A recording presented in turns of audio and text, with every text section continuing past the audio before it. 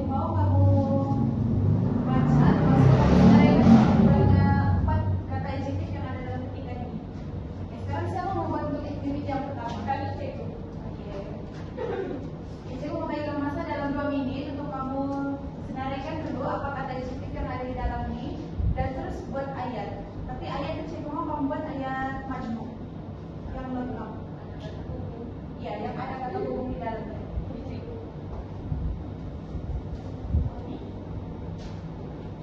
Kalau untuk kamu, Cikgu akan bagi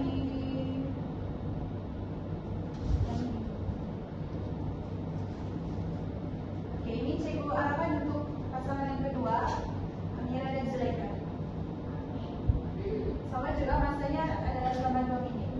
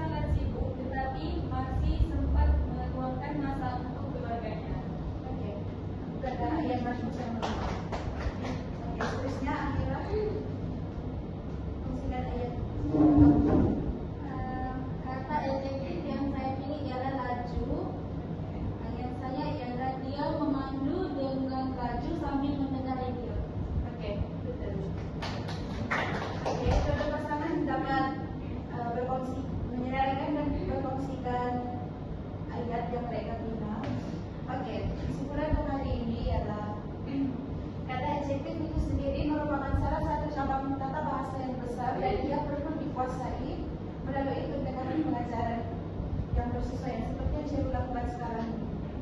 Oke. Itu saja untuk hari ini. Terima kasih untuk perhatian kamu.